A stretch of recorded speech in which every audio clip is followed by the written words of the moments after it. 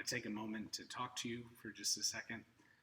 This week has been different in the life of the church. Usually, this is one of the busiest weeks in the church building. We have Hands on Kirkwood, which means that we'd be busy sorting clothes in the Great Hall. We'd be wiping down toys to give away to children, which we were doing, by the way, 4 years ago before it was the right thing to do. And we would have been planning for worship with Harrison Avenue Missionary Baptist Church, joining Jeff and Roz for worship. And now things are looking different. Things are not the same. In fact, in the last 6 months, different is probably the best word to describe what most of us have been going through. I, for one, assumed that at this point in our journey through this pandemic, that by October, kids would be back in school, we would be meeting in person for worship, everything would be going somewhat back to normal. But that's not what we're doing. We're not gathering together and looking backwards and talking about the things that brought us through this time.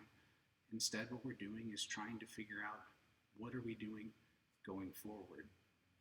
I don't know if I've ever said this to you all, but the pastoral staff gathers each week, and in the last 6 months, every time we've gathered together, one of the questions that's been on the table is, what are we going to do during this time?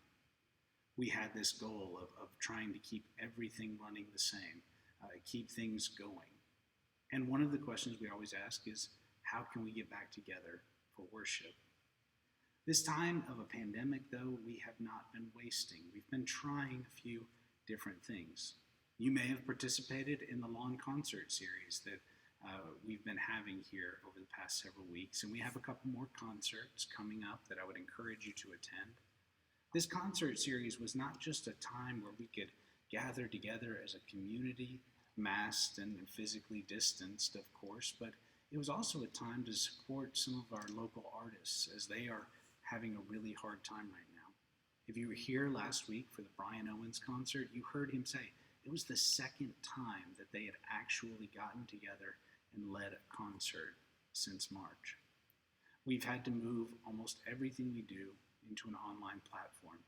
Sunday Night Live, children's choir, Bible study, prayer, all of the different meetings we have are in an online platform. And for some of us, we get tired of that platform.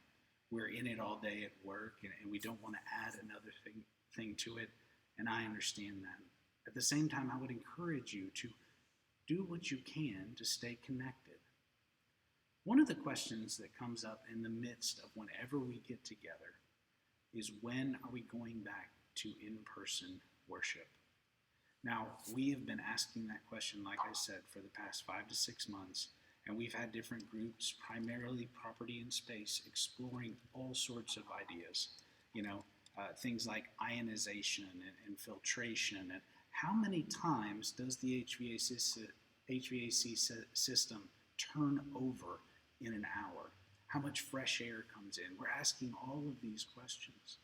But one of the commitments that we made early on is we didn't want to leave people behind in worship. We didn't want to create a system where some people could be in person and others who didn't have as high of a risk tolerance wouldn't be. And so we've committed to have that 10:30 a.m. worship service, and it's been primarily online. The most people we've actually had in here is when we've had the handbell choir leading us, the chancel ringers, which they just did recently. And we're committed to do that, to continue to offer that. And by offering that, it's opened up some different doors for us. We have people from different places tuning in and joining us in worship. I even had an experience where I had lunch with a guy a couple weeks ago, masked and physically distant, of course, but he's never actually stepped into the church building. And yet, by finding us online, he began worshiping with us. So, we are still committed to doing the 10:30 a.m. worship service. But we also have this strange window in St. Louis right before it gets really cold where we try something. So in a few weeks, October 25th, we want to invite you at 2 o'clock. We know that some of you are available at 2 o'clock because you are showing up for the lawn concert series. We're going to do a worship service outside on the parking lot. It'll be similar to what we did for Jerry Tukowski's memorial service. It will be outside. We will continue to wear masks, physically distant. We ask that you bring a chair, bring water, that sort of thing. We will have a worship guide that you can either get virtually on your smartphone, or we will have one-use paper copies for you to use. And we just want to try it because we realize that there are things that are missing. Each week when we get ready for worship, I sit in the choir loft and I look out and I find different pews. And I think about the people who should be on those pews under normal circumstances. Worship in that way becomes this act of memory and remembrance for me, where I think about the people who are on those pews and I am saddened that you are not there with us in the midst of worship. And I'm also hopeful. Hopeful for that time when we do get together again, because there is that time, but it's just not right now. And during this time where we can't be as close together physically, we have to find new ways to do some things.